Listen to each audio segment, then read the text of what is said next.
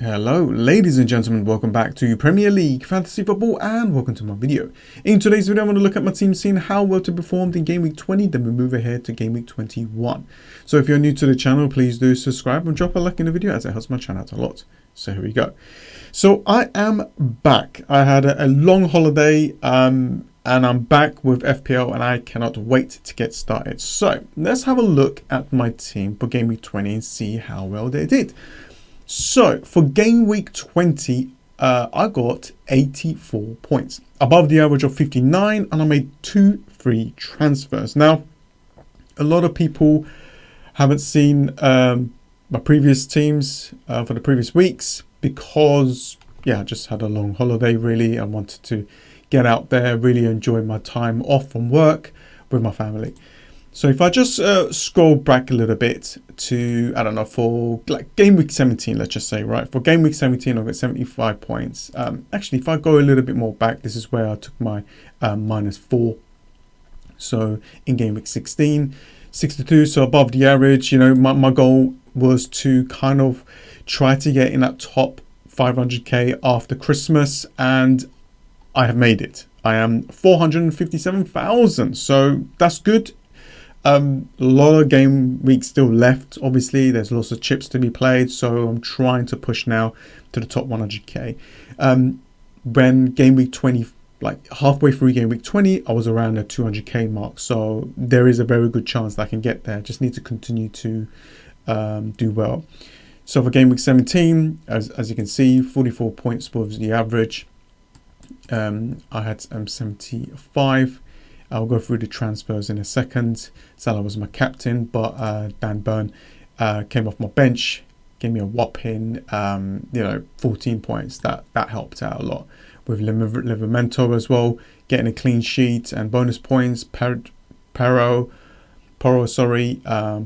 continued to do well, so that really helped. Most of the defense back line got me the points that I needed to get to be, getting that differential of points to gain rank. Game week 18, as you can see, the average was 36. I had 55. Solanke is a player that I bought in, done really well, got a lot of points.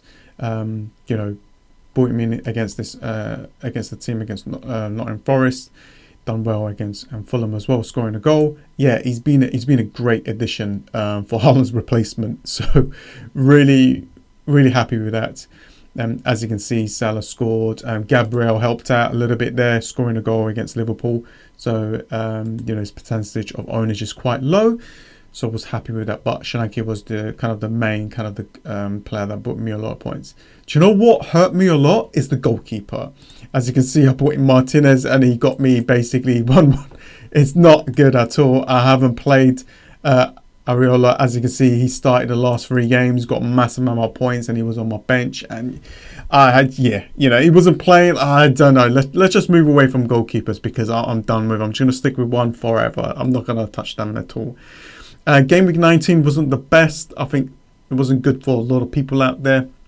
Not many high scores. As you can see, 38. My final points was 37, so below the average. I lost a little bit of the ranks there. Solanke's Darwin was my little bit of differential. As you can see, the goalkeeper Areola with 10 points there. But yeah, wasn't great for game week 19.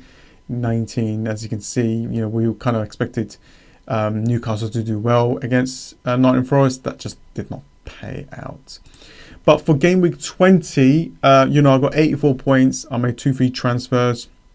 I could have captained Salah, but I really wanted to try something a little bit different. So I took a little bit of a risk. I brought in Foden, I brought in Alvarez, and I captained Alvarez. I just wanted to try my luck. This game against Sheffield United was a very good chance for Manchester City to do really well in. And Foden did amazingly well, 2 assists, 3 bonus points there. Song, Palmer, pretty much everyone in my attack got some returns, except for my defense.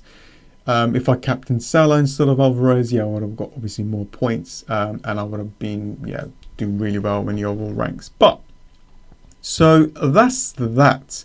So as you can see, yeah, from like game week 16, got to the 600k, 400k, 500k, 400k again. So the value is going up again. So I'm recovered a little bit of the money. Obviously, it's not the best, but it is something. So this is how the team is looking like so far. Obviously, there's a lot of issues.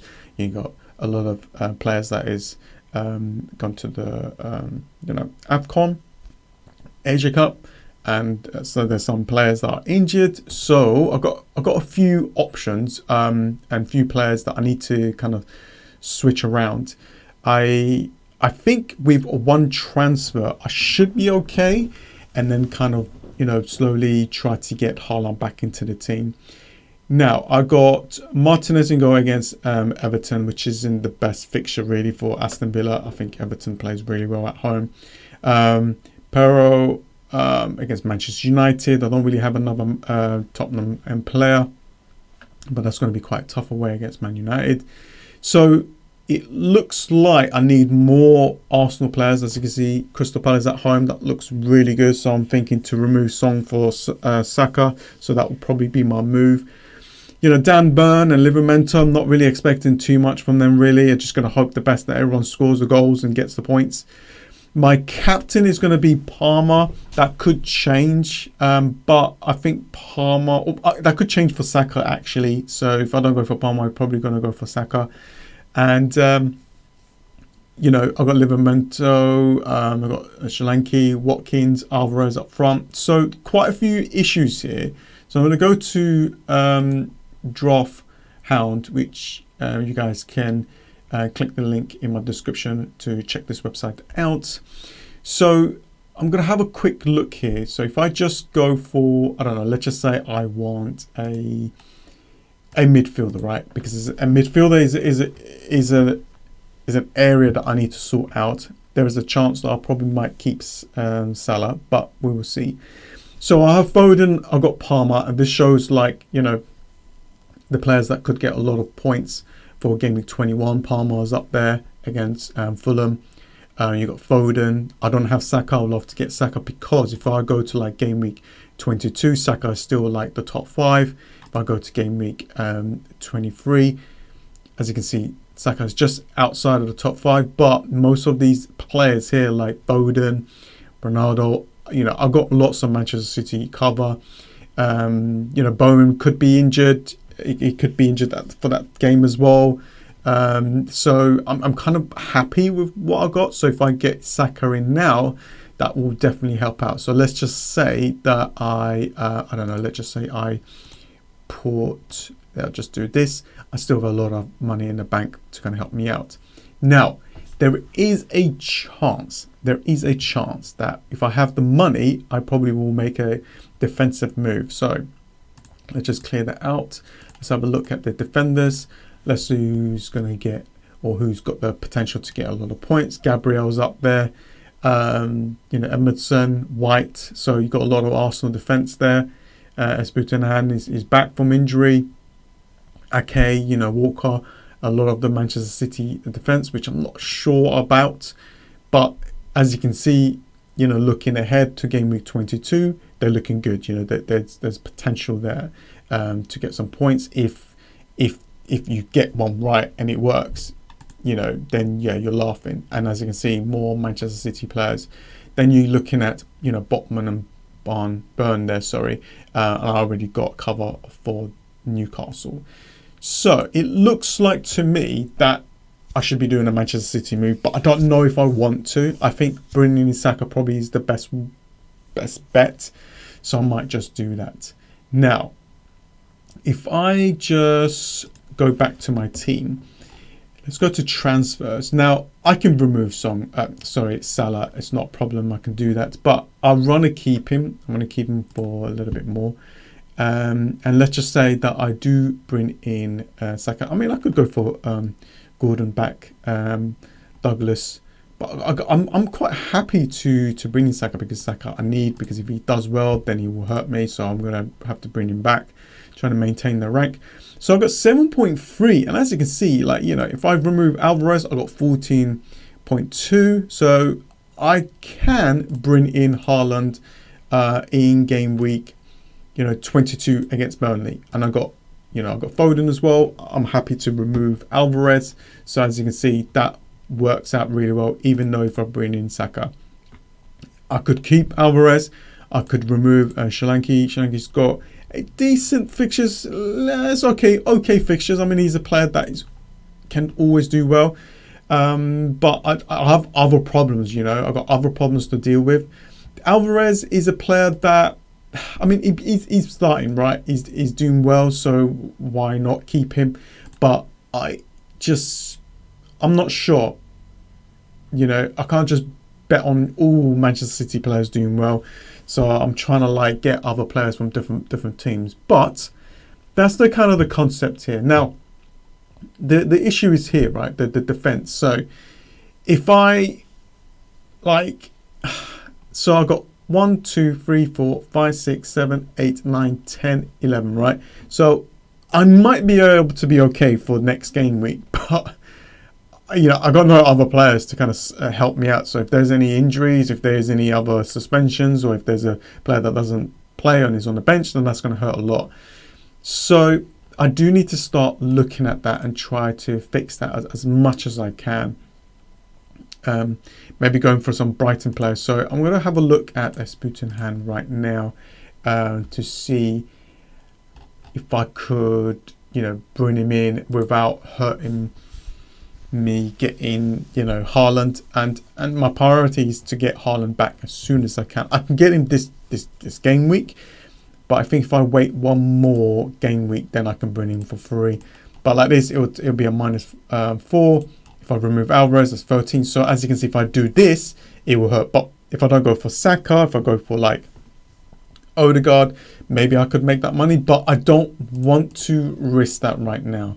As you can see, I've got perfect money there to get Haaland back. So yeah, that's it really. So because I got that option there, I'm happy to do that. However, I'm happy to remove Salah instead, right? Then I won't have those problems, right? So I could go, let's just have a look. I mean, to be honest with you, I don't need to go 4 at the back. So what I could do is remove both Salah and Son, and I can bring in Saka there. And let's have a quick look on who other. Maybe I could really double up on Arsenal's. Could really double up on them. Really, I could go for Odegaard, maybe Pascal Groves or Richarlison could be an option. But I don't know about Richarlison, to be honest with you. But let's just say I'll go with Odegaard as well. So I got 11 million in the bank.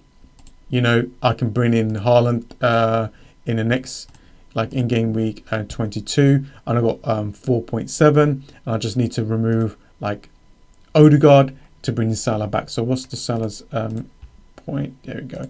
So I could bring in Salah back into the team. So these are the options: selling Salah now, or keeping him, or just do one transfer, bring in Song. So those are the decisions that I'm going to be making. I'll probably remove Song and get Saka in and just hope for the best, and then get Haaland the next game week, and maybe just get a cheap defender if I need to kind of help me out with the money that I have, and just keep Salah really. But that is about it, guys. I'm thinking to go with Palmer as my captain. That might be a little bit of a risk, but I think that might be a risk that I could take. I could probably go for Saka as well. Maybe some Brentford players against Nottingham Forest could be an option, but we will see. Anyways, guys, thank you so much for joining. I'm in the top 500k now, which is good. I just need to maintain it, gain a little bit more ranks, and then I got the bench boost, triple captain, and free hit to use to help me out to get the rank that I need. Thanks for watching, and I'll see you guys next time. See ya.